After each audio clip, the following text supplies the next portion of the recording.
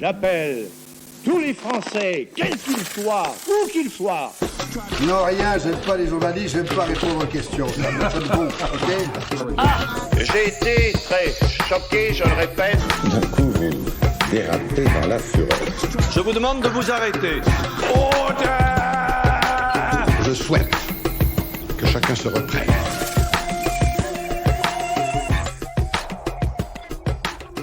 Dans cet épisode, on vous donne du biscuit sur la friche. Bonjour Martin. Salut Rémi. Bonjour à tous et on commence avec la séquence de la semaine qui nous entraîne du côté des grands faits divers qui font et défont les réputations des médias et parfois de la justice. Et nous parlerons de l'affaire d'Outreau et des répercussions du traitement médiatique qu'elle a subi.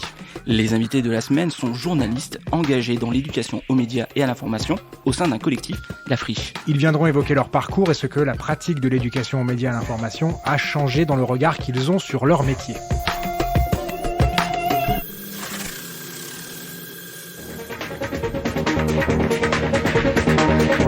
Ces hommes et ces femmes sont jugés pour avoir violé des enfants âgés de 3 à 14 ans. La cour d'assises de Saint-Omer pense avoir affaire à un réseau de pédophiles. Mais au 10e jour du procès, le dossier s'effondre. Myriam Badaoui avoue avoir menti. Elle innocente 13 des 17 accusés. Comme nous le raconte cet extrait de l'émission France Europe Express du 6 décembre 2005, l'affaire d'Outreau est un fiasco judiciaire. Oui, c'est vrai, sur la vingtaine d'accusés, 13 seront acquittés, 1 est mort malheureusement en détention préventive et 4 seront condamnés. Ce qui a surtout retenu l'attention dans la manière dont les journalistes se sont emparés de l'affaire, c'est le nombre de clichés et de fantasmes qui ont été mis en avant quand ce n'est pas mis en scène. Une nouvelle fois, on va retrouver tous les ingrédients d'un mauvais traitement médiatique. Le Nord, c'est un ramassis de pédophiles. Le Nord, c'est le chômage, l'alcool, la consanguinité. Encore une fois, à force de vouloir aller trop vite et de trop vouloir rechercher le scoop, certains médias déraillent. Ici, on ne recoupe pas assez ses sources. Là, on monte en épingle des informations qui bafouent la présomption d'innocence. Mais rassure-nous Martin, tous les médias ne sont pas comme ça. Ouais, tu as raison Rémi de le rappeler. Les journalistes, c'est comme n'importe quel corps de métier. Il y a ceux qui font bien le métier et puis ceux qui vont déraper, qui le font mal. Alors la difficulté, c'est que le grand public, souvent, retient les erreurs de ces journalistes, ces polémiques stériles qui alimentent sans cesse maintenant les chaînes d'information en continu. Malheureusement, la profession retient peu les leçons de ces erreurs. On a des difficultés pour travailler sur ce sujet. Sur la question d'Outreau, Florence Aubenas a tenté de travailler sur la manière dont elle a raconté l'arrière-cour de ce procès. Les journalistes qui se retrouvent, journalistes parisiens qui se retrouvent avec ces clichés, ces stéréotypes dans le Nord. Mais même elle, pourtant, elle est reconnue pour son travail, son sérieux. Eh bien, certains ont mis en doute la qualité de son travail sur le suivi de ce procès à Outreau. Ce qu'il faut rappeler, c'est que les journalistes, en alimentant ces stéréotypes, ils vont stigmatiser cette région, le Nord, ces villes particulièrement, ou même certains quartiers, mais on peut parler ici de maltraitance médiatique. On reste dans le nord de la France, puisqu'avec nos invités, nous allons notamment découvrir le dispositif des résidences de journalistes à Roubaix et Valenciennes. Et le nord de la France, on vient de le voir, qui subit régulièrement ces stéréotypes, est une place forte de l'éducation aux médias et à l'information. Grâce à Lucas Roxo et Sherazade Chekaïk, nous allons découvrir le parcours qui mène 2 journalistes sur les traces de l'éducation aux médias. Moi, j'ai commencé par vraiment à faire de l'éducation aux médias par un dispositif de résidence. Donc, j'ai été journaliste en résidence pendant 4 à 6 mois dans le Valenciennois, près de Lille. Et au départ, j'y suis allée parce que j'avais envie de mieux connaître et mieux comprendre comment des gens plus jeunes que moi, parce que c'était surtout tourné vers des plus jeunes, s'informer, utiliser l'information et finalement à quoi ça sert d'en produire en tant que journaliste. Et je suis ressortie de cette expérience en me disant que c'était assez essentiel de continuer à produire des contenus, donc à produire des articles notamment, et en même temps les mettre en discussion et en regard directement avec des gens qui pourraient potentiellement les lire. Et du coup, ça fait un peu un effet miroir en permanence sur ce que tu fais et comment tu penses ton travail et quel sens tu lui donnes sur le terrain au quotidien, quoi. Moi, je suis venu à l'éducation aux médias d'abord un peu par hasard, dans le sens où moi, ça vient de mon prisme médiatique et des sujets en fait sur lesquels je bossais en tant que journaliste au préalable, qui sont plutôt tournés vers la question des quartiers populaires et de la médiatisation des quartiers populaires. Donc, je suis arrivé à l'éducation aux médias par là, et en fait, en 2015, l'année des attentats de Charlie Hebdo et du Bataclan. Il y a tout un tas de dispositifs qui sont ouverts pour développer l'éducation aux médias, donc avec des attentes institutionnelles parfois qui posent question, notamment lier l'éducation aux médias à la prévention de la radicalisation. Mais toujours est-il qu'en fait, avec cette expérience d'éducation aux médias par les médias participatifs et par l'information participative et citoyenne, je me suis retrouvé en résidence dans la ville de Roubaix, dans le Nord, où où pendant 5 mois, j'ai animé des ateliers d'éducation aux médias et à l'information dans des classes, dans des centres sociaux, dans des médiathèques, avec des clubs de prévention. Toujours avec cette idée de penser comment l'éducation aux médias peut aussi être un moyen pour les gens, en fait, de se réapproprier à la fois leur relation aux médias et à la fois l'image, en fait, qui est projetée d'eux dans les médias traditionnels. Et du coup, depuis, je mêle, en fait, des ateliers d'éducation aux médias à l'info plus axés sur ce qui est demandé par les institutions, c'est-à-dire la fabrique de l'information, la vérification de l'information et des sources, et des ateliers un peu plus engagés qui vont chercher à questionner l'image médiatique de certains territoires et comment les habitants de ces territoires peuvent se réapproprier cette image médiatique. 2 expériences qui se croisent au sein du collectif La Friche, qui réunit plusieurs journalistes, réalisateurs ou photographes. En plus de proposer des reportages et des documentaires, le collectif s'est lancé dans le développement de médias horizontaux, jeunes et participatifs, mais aussi dans des ateliers d'éducation aux médias et à l'information. Et on va voir que pour Sherazade Chekaïk et Lucas Roxo, faire de l'EMI, c'est aussi réfléchir sur son métier. Moi, ça me conforte dans l'idée que, en fait, dans le journalisme, il y a cette notion de porter la voix d'eux, ouvrir accès à la parole publique à des personnes qui ne l'ont pas spontanément. Et du coup, ça me conforte dans cette idée parce que c'est ce qui ressort souvent dans les ateliers, dans les rencontres.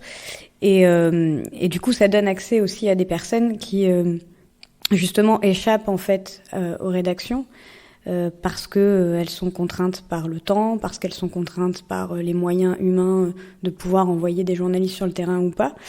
Et donc, du coup, pour moi, c'est aussi l'occasion de faire vivre un certain nombre de paroles ou de combats qui peuvent émerger dans des ateliers ou dans des rencontres de terrain, aussi dans les médias plus traditionnels pour lesquels je peux travailler. Et donc, créer en fait un pont entre ces 2 espaces-là. Pour moi, c'est clair que la résidence de journaliste que j'ai faite, la première, et après toutes celles qui ont suivi, et le travail d'éducation média m'a permis à complètement changer ma vision du journalisme et de mon métier, de ma manière de le pratiquer. Dans le sens où, en fait, je me suis rendu compte un peu, à Roubaix, je me suis rendu compte que le rôle, en fait, des journalistes n'est pas juste celui d'informer, ou le rôle des médias n'est pas juste celui d'informer, mais qu'en fait, il y a un rôle social et identitaire qui est très fort. Dans le sens où, en fait, l'information qui est produite par les médias traditionnels, alternatifs, peu importe, n'a pas juste le rôle de donner des informations, mais en fait, ces informations, elles ont une utilité. Elles ont une utilité dans des choses très concrètes, c'est-à-dire elles servent aux gens, en fait, à avoir des sujets de discussion avec d'autres, à savoir dans quelle école mettre leurs gamins, à savoir qu'est-ce qui se passe en fait dans le quotidien de leur ville, et donc à créer du lien social en fait entre les gens. Et elle a aussi un rôle identitaire dans le sens où les gens en fait qui lisent l'information, qui regardent l'information ou qui écoutent l'information se reconnaissent en fait dedans ou pas, et se construisent en fait une identité à travers l'information qui est projetée d'eux. Et pour moi, c'est 2 aspects qui sont très importants en fait de notre métier de journaliste, et où moi en fait dans le questionnement de est-ce que il faut que dans le questionnement de est-ce que l'information doit être juste et vérifiée, et est-ce que c'est le premier enjeu de notre métier, évidemment que l'information doit être vérifiée, sourcée, et que faut faire attention à toutes les désinformations possibles, mais pour moi le rôle premier de l'information, il est simplement de créer du lien social. Et pour nous, notre rôle de journaliste, c'est d'être des médiateurs en fait de ces différents espaces et des différentes personnes en fait qui vont lire et produire de l'information. Et en ce sens-là, je pratique plus du tout mon métier de la même manière, et maintenant tous les projets que je peux monter ou tous les reportages que je peux faire, les documentaires que je peux réaliser sont pensés dans cette logique-là. C'est-à-dire comment est-ce que ce que je produis journalistiquement va être un outil de médiation en fait sociale ou un outil d'engagement politique du début jusqu'à la fin du processus, que ce soit de l'écriture jusqu'à la production, jusqu'à la diffusion, etc.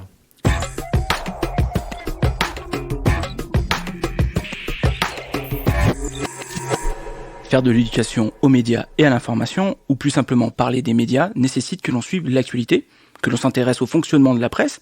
Aujourd'hui, tu voulais nous parler du fonctionnement d'une rédaction. Oui Rémi, et pour nous aider dans cette tâche, on peut se rendre sur le site 24 heures dans une rédaction et on pourra aussi utiliser le site de l'AFP.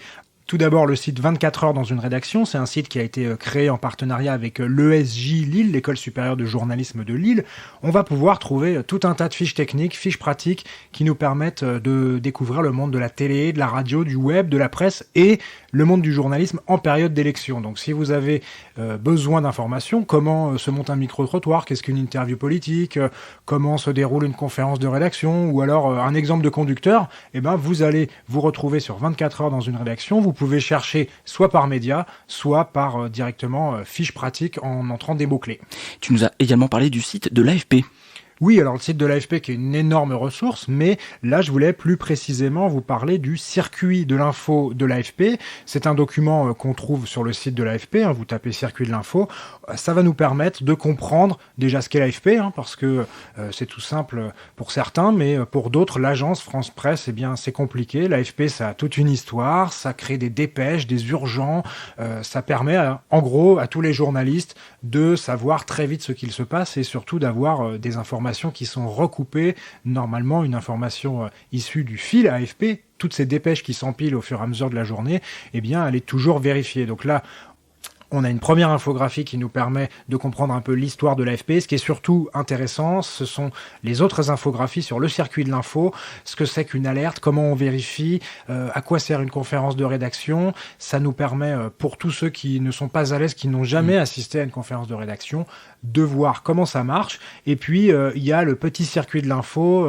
d'où elle vient l'info, comment on la définit, qu'est-ce que c'est qu'une info, comment on la vérifie. Tout ça, vous pouvez le télécharger en PDF. Et donc, ça vous fait de super documents pour travailler sur ces questions-là des médias. Pour finir, tu voulais évoquer à nouveau la carte de presse et surtout les discussions autour des journalistes qui exercent sans carte de presse, il faut savoir, et la manière dont la commission comptabilise ou non les activités d'éducation aux médias et à l'information dans l'attribution de la carte de presse. Oui, alors en tout cas, Rémi, c'est un peu technique ce sujet, mais c'est une question qui va animer souvent la profession. On parle des journalistes avec carte, des journalistes sans carte. Si on sait à peu près combien sont les journalistes avec carte, c'est-à-dire un peu moins de 35 000, il y a une grosse zone grise autour des journalistes qui n'ont pas de carte, parce que il faut dire que c'est pas la carte de presse qui fait le journaliste, mais c'est bien son travail, le fait de faire son métier de journaliste. Et quels sont les obstacles rencontrés pour avoir cette carte de presse ? Alors déjà, il faut la demander. C'est un peu bête à dire, mais ça se demande tous les ans, ça se renouvelle tous les ans, et parfois on n'a pas envie de la demander, ou pour X ou Y raison, des journalistes ne veulent pas la demander. Donc ça fait déjà une catégorie de journalistes. Ensuite, il y a ceux qui ne gagnent pas assez, c'est-à-dire qu'il va falloir arriver à un certain seuil. Ce seuil a été relevé par la commission de la carte, parce que il y a énormément de précaires, il y a énormément de pigistes qui gagnent parfois certains mois très peu, mais il faut quand même que l'activité journalistique représente quelques centaines d'euros, 500, 600, 700, 800 euros par mois pour pouvoir prétendre à la carte. Et puis, vous avez après, et c'est là où ça devient encore plus technique, vous avez un calcul qui est fait en fonction des revenus. Vous fournissez votre feuille d'impôt, on voit tous les revenus que vous avez gagnés sur l'année, et il faut que les revenus issus de vos activités de presse représentent plus de 50% de ces revenus. Alors, c'est-à-dire que si vous faites un peu de communication, des activités de publi-reportage, parfois on n'a pas vraiment le choix, et ça permet de gagner un peu d'argent, eh bien, il va falloir faire le calcul, il ne faut pas qu'elles représentent trop ces activités, sinon la commission de la carte ne délivrera pas une carte de presse.